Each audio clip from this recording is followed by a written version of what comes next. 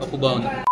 So hello guys, అయితే ముచ్చట ఏంటంటే ఈరోజు అయితే మా కాలేజ్లో ఇంటర్నేషనల్ కాన్ఫరెన్స్ అయితే ఉండే. సో ఈ కాన్ఫరెన్స్ కి అయితే పెద్ద పెద్ద డైరెక్టర్ జనరల్స్ అయితే వచ్చేసిళ్ళు, అండ్ మన ఇండియా నుంచి కూడా వచ్చిళ్ళు, అండ్ తైవాన్ నుంచి కూడా వచ్చిళ్ళు. సో లోపలికి అయితే వెళ్ళిపోయి ఫస్ట్ నేషనల్ యాంథమ్ తోటి అయితే స్టార్ట్ చేసిళ్ళు. సో 1:30కి అయితే లంచ్ బ్రేక్ అయితే ఇచ్చేసిళ్ళు. లంచ్ బ్రేక్ కూడా మా కాలేజ్ వాళ్ళే అరేంజ్ చేసిళ్ళు. లంచ్ అయితే ఏమేమి అరేంజ్ చేసిల్లో చూసేద్దాం రండి. సో ఫస్ట్ అయితే సెమినార్ అటెండ్ అయిన ప్రతి ఒక్కరికి అయితే మీల్ టోకెన్స్ అని అయితే ఇచ్చేసిళ్ళు. ఈ మీల్ టోకెన్ తీసుకొని నేను, మా ఫ్రెండ్స్ అండ్ మా సార్ అయితే పైకి అయితే వెళ్ళిపోయినాం లంచ్ చేయడానికి. లంచ్ లో వచ్చేసి చాలా ఐటమ్స్ అయితే పెట్టిళ్ళు. ఫస్ట్ వచ్చేసి స్వీట్, రైస్, పాలకూర పప్పు, దొండకాయ ఫ్రై అండ్ బంకాయ కర్రీ అయితే పెట్టిళ్ళు. అండ్ ఇంకా సాంబార్, పెరుగు, గోంగూర పచ్చడి కూడా ఉన్నది. అలా ప్లేట్ తీసుకొని పైకి అయితే వెళ్ళిపోయినా. ప్లేట్ మాత్రం చూడడానికి చాలా కలర్ఫుల్ గా ఉన్నది.